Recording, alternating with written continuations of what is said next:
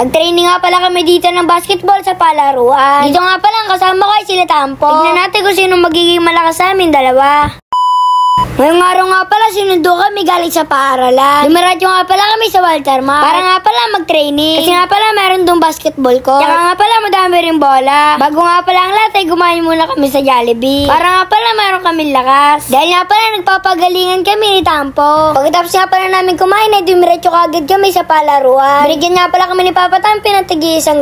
Dahil nga pala papapalta namin ng token. Dahil nga pala magsisimula na kami mag-training. Dito nga pala sinahod ko na yung maraming token. Tapos nga pala si Tampo na magpapapalit. Dito nga pala bibigyan ko sana ng token si Tampo. Kubarit nga pala mga Kadon David, naalala ko tig-100 kami. Nagulog na nga pala dito si Tampo. Dito nga pala natawa ko dahil kinuha ko nga pala yung basket. Ayun tuloy mga Kadon David, nalaglag yung mga token. Dito nga pala pinulot nila Papa Tampi. Dahil nga pala nakalimutan ko, dala ko pala yung basket. Iiwan nga pala yun doon. Kala ko kasi libre na nga pala yun. Dito nga pala meron tumulong kay Papa Tampi, kaya naman binigyan niya nga pala ito. Oh, yung kahon, balik mo dun yung kahon. Hoy, yung kahon, balik mo.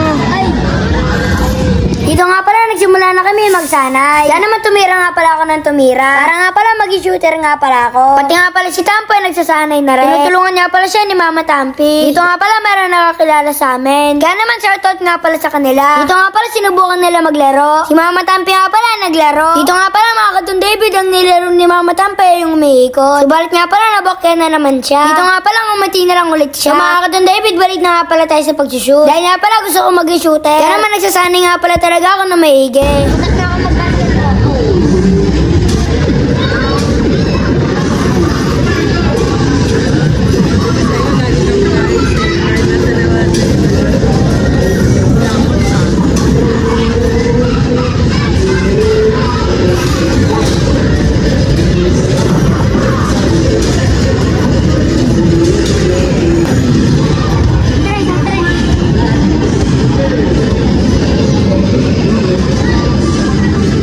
Siyempre nga pala mga Kadon David ay practice lang yun. Nangyayari talaga na sumasablay. Dito nga pala yung nagsushoot si Tampo. Siyempre nga pala dapat ako rin para mas gagilingan ko.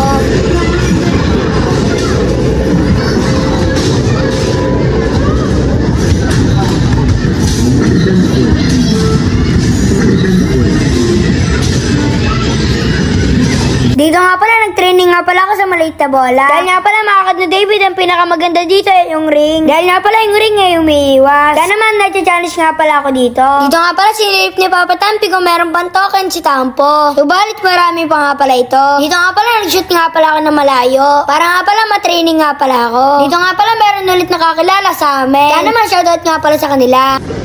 Nga, Pixie? Pixie yan? Balik nga, Pixie na. 400. Bibili mo gan. Gagawin mo dyan, masasakay mo ba yan? Napagod nga pala kami, kaya naman nagmerienda muna kami sa Dunkin' Donuts. Hanggang dito na nga lang pala ang aming kwento, kaya naman paalam na sa inyo.